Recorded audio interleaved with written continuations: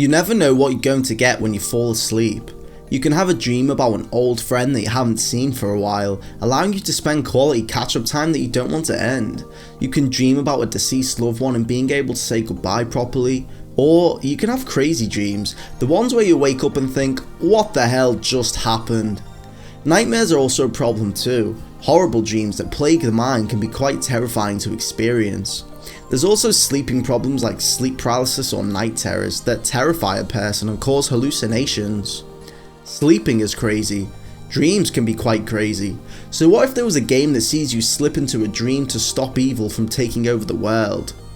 Nights into Dreams is a 1996 Sega Saturn game that plays with the idea of a dream world in which you take control of a character called Night, who is a nightmare and resides in a dream world where the dreams of all human beings are acted out every night. A pretty cool concept, right?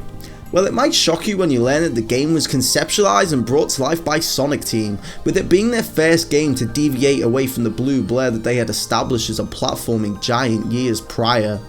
Development began after the release of Sonic & Knuckles in 1994, although the idea to create Night had been floating around since as early as 1992 during the development of Sonic the Hedgehog 2.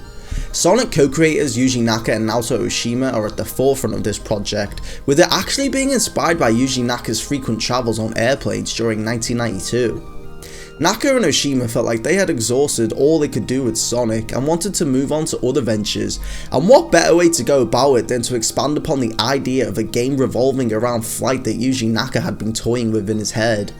Takashi Iizuka was brought in as the lead game designer for the project, who had previous experience working alongside the duo on Sonic 3 and Sonic & Knuckles. Night into Dreams was originally envisioned as a 2D game, with side-scrolling elements being implemented similarly to how they were in Sonic the Hedgehog. This is because the development team were hesitant to switch to 3D models, as Yuji Naka was skeptical about how expressive they could be, favouring the 2D sprite artwork that they were familiar with. Ultimately, the hesitation wore thin as the game was developed for Sega's new console at the time, the Sega Saturn, which allowed complex 3D models and pre-rendered cutscenes that showcased the team's attempt at creating a 3D game. Released in 1998, Night into Dreams quickly became one of the system's best sellers and received critical acclaim upon release. It's since gathered a cult following due to the charming atmosphere and gameplay that really hasn't been replicated by any game since. The game did receive a sequel in 2007, Night's Journey of Dreams on the Wii, and while the reception was still favourable, it didn't receive the amount of acclaim or attention that the original game received. The original Night is a truly one-of-a-kind game that is filled with special moments that you have to play for yourself to truly appreciate how fun it is. So let's talk about it. I'm playing the PC re-release for this review. It's essentially the same game as the original, but everything has been upscaled and made for a glorious HD. As soon as you boot the game up, a cutscene of Night introducing himself welcomes you, showcasing him flying through the air in his playful attitude. In a touching bit of detail, Night is actually genderless, with Takashi Iizuka stating that interpretation of his gender are up to the player. This is a nice touch, as everybody interprets their dreams in different ways. For the sake of this review, I will be referring to Night as a guy, just because that's what I associate him with in my head. His design is rather ambiguous though, sporting a nice shade of purple, big eyes, and a jester suit, so I can totally see how anyone would interpret Night as a girl or anything else. In fact, everything in the dream world is supposed to be gender neutral except the big baddie, who is a man of course. Even though a lot of designs of characters may hint otherwise, almost everything here isn't bound to society's binary of gender, and it's good. After the nice introduction from Night, the soothing menu music swarms your ears as you're greeted with a choice of two modes to play, Brand New Dreams and Sega Saturn Dreams. Brand New Dreams is the original game remade with newer models and textures, while Sega Saturn Dreams is an upscaled version of the game that captures the original's look through the low polygon models and overall lesser quality. It's fun to compare between the two modes, to play one stage in Brand New Dreams and then go back to see how it originally looked on the Saturn. There's no stage differences and Night doesn't control any different, it's purely a visual change, but fans of the original game will appreciate that it's still here completely intact. It just looks better than they might have remembered. When you begin playing the game, you might be confused as to what you are doing, so a quick explanation of the story is in order to gain a greater understanding. Night into Dreams doesn't do a good job of explaining what is going on during gameplay, which can lead to moments of feeling lost. There is an explanation of events found in the Help and Options tab in the menu under How to Play, but it still doesn't fully explain deeper lore that you might want to know, so a quick research may be in order to fully understand everything. In my attempt at trying to consolidate all the information for you guys, basically, when humans go to sleep, they are transported to the night dimension, which is a magical dimension divided into two locations, Nightopia, the world of dreams, and the world of nightmares, simply known as Nightmare. Wise Man the Wicked is god and creator of Nightmare and its inhabitants, and created Nightmare to destroy Nightopia. When humans sleep, they create dream energy known as Idea, and Wise Man wants to harness this energy to open a portal to the waking world and take it over. He created Night and another minion called Riella, who are known as Nightmarans, which is the name for the residents of Nightmare. Night and Riella are his strongest creations yet, and he planned to use them in order to conquer the world. What he didn't account for is Night being rebellious and going against his creator's wishes, as he wants to protect Nightopia. He does this with the assistance of human children, who allow Knights to use their ideas to make them powerful enough to fight against the Nightmarans. The two children in question are Elliot and Clarice, who both have a rough day in the real world. Elliot was playing basketball and showing off with his friends until a group of high schoolers spoil the fun by bullying him and laughing at him. Clarice auditioned for a headlining musical, but she got nervous once she thought that the judges would laugh at her. When the duo go to sleep, they are begged to help save the world of dreams from Wise Man with the help of Knights.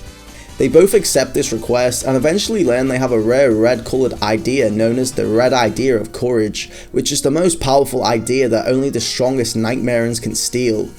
Clarice and Elliot both assist Knights in defeating Wise Man, and when the pair awake, their days go much better than previously, with Elliot defeating the high schoolers in a basketball game, and Clarice smashing her audition.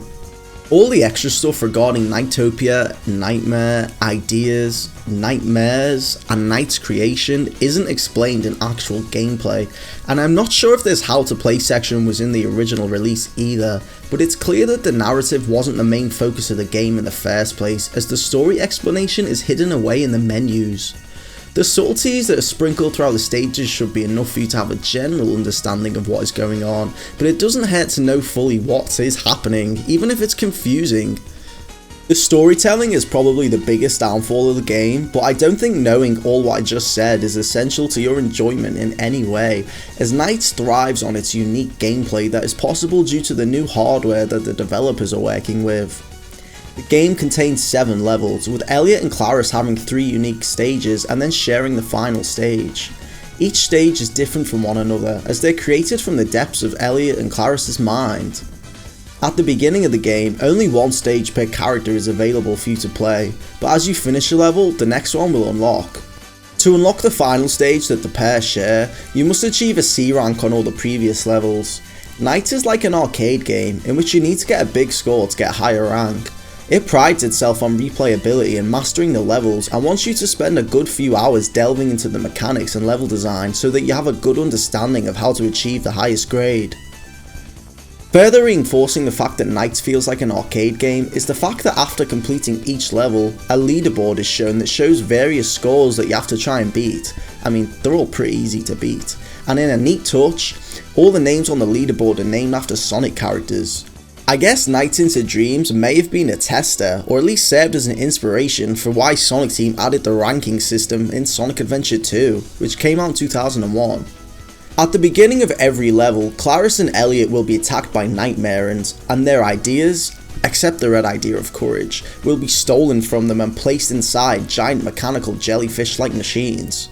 So then, the goal of every level is to make Clarice or Elliot become Knights by fusing with him, and to recover 4 stolen ideas by flying throughout this mystical dream world. Each jellyfish-like machine requires you to go down a different route than the last, so you get to see the stage from all angles and in various different ways. To destroy the machines, you have to collect 20 blue orbs scattered about the path you're currently on, and then go inside the machine to destroy it. You have to do this within 2 minutes, otherwise Clarice or Elliot will unfuse with Knights, and you'll be stuck controlling them until you go all the way back to the beginning of the level and merge with Knights again. If you don't unmerge though, simply take the 20 blue orbs that you've collected back to the beginning of the stage, receive a rank for that playthrough of the path, and quickly move on to the next objective. Once you've collected the stolen ideas, Knight is then transported to a boss fight, and these are quite cool.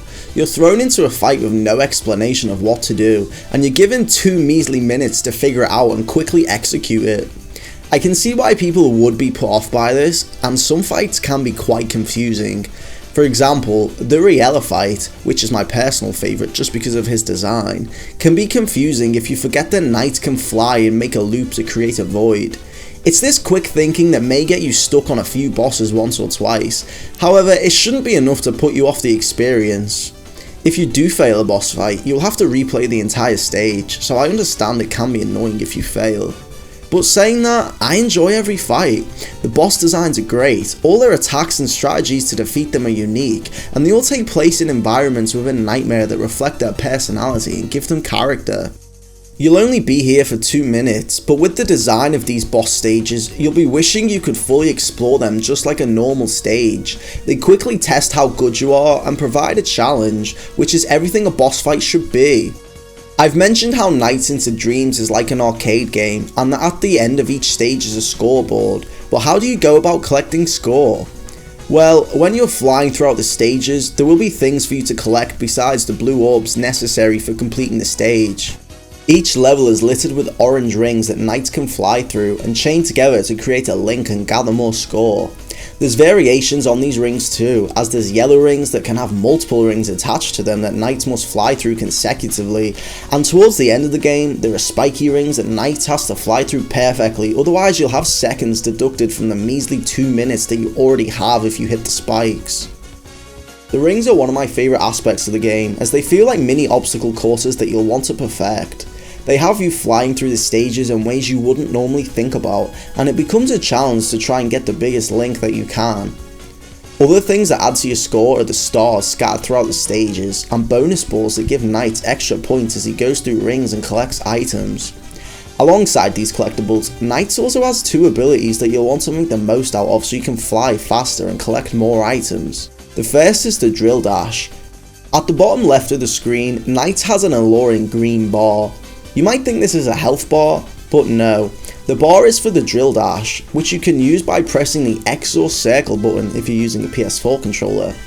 It allows Knights to spin and fly faster, destroying any enemy in their way. The other is the paraloop, which I briefly touched upon when talking about the Riella fight. The paraloop is used when Knight makes a circle in the air, which creates a void of absorbing everything. This is useful for destroying enemies or quickly gathering loads of collectibles that are near each other, allowing you to create a quick link and to progress through the stage faster rather than just trying to get them all individually. Sometimes the stage may take control away from you by showcasing a scripted event that you can only move left or right on. For example, in Splash Garden, Knight goes underwater, turns into a mermaid and gets sucked in by the current, locking you into a scripted moment that takes control away from you. These moments are only brief and are few and far between, but they're more present on Elliot's set of stages for some reason. Another example is the following stage, Frozen Belle, which sees Knight turn into a bobsled during a snow mountain section as he quickly makes his way back down after flying to the top. Knight is a shapeshifter, which should be obvious through my examples, but I feel like the potential for this is not maximised enough. We only see it for a brief few sections within 2 stages, when I think much more could have been done with it. Like, he could have shapeshifted during a boss fight to create an even more wacky fight, or had a whole stage as a different being. It's not a big deal, but there is untapped potential here that the developers seem to have just plonked in without thinking about it any further. One neat thing that you may not be aware of is that Nights into Dreams houses the initial conception of the Chow Garden found in both Sonic Adventure games. There's this system found within Nights called Nightopian's A-Life, which involves Nights freeing Nightopians from these egg-like things. Various Nightopians are spread across the stages, and things such as harming them affects their mood. The game features an evolving music engine that changes depending on the mood of the Nightopians within the level. That means if the Nightopians are happy, the tempo, pitch and melody will alter to fit that. If the Nighttopians are sad because maybe you've attacked them too much, then the music will reflect that too. You can also merge a Nighttopian with a nightmare and enemy, creating a hybrid called a Meatpian. How did they come up with these names? Through breeding, you can even create a King Pian, which is a rare type of Nighttopian that is the king of all Nighttopians. I'm going to admit, I have no idea how you do this. Nothing in the game even tells you that you can do this. It's just a neat little secret for those scraping the barrel looking for things to do in this game. You don't get an achievement or unlock anything for creating a King Pian, so it's probably not worth it. But it's interesting to see how this basic idea, Sonic Team went on to develop it into something bigger. Nights into Dreams is a special game unlike anything else out there. It has a deserved cult following, with many people cherishing this game and hailing it as one of the best games ever made. The dreamy atmosphere and fun gameplay mixed together to create an experience that is hard to match. It has to be one of the best games I've played, simply in terms of how well the atmosphere catches and embodies everything to do with childlike wonder and dreams. Did you know that the menu track Gate of Your Dreams sampled Home Alone? I'm not even making that up, it samples Kevin from Home Alone saying, "Hello?" Or did you know that there was a Christmas version released in 1996 that turned Spring Valley Christmas themed with Christmas music accompanying it? It also added various real world time elements into the game too, such as playing the game between January 1st and January 15th to receive a Happy New Year message. My personal favourite is playing the game on April Fool's Day to play as Riella instead of Knight. This is all found within the PC re-release, and it just shows how much effort and love this game was crafted with, and it's a shame Sonic Team hasn't really done anything with the franchise since. Nights into Dreams is a good game that everyone should experience at least once. It's not very long, but it's enjoyable, and if you truly want to master the stages and get the best score, you could be easily playing this for a long time. At the heart of it, Nights was created with passion, love and ambition to create something new and different. Sonic Team stamped their mark on this product and solidified it as a game that deserves to be spoken about today and for future conversations regarding important games from the past. I think everybody should experience it at least once, just to witness how an atmosphere helps excel a game and take it to another level of enjoyment. Thanks so much for watching guys, remember to hit that like button, subscribe, and I'll see you next time.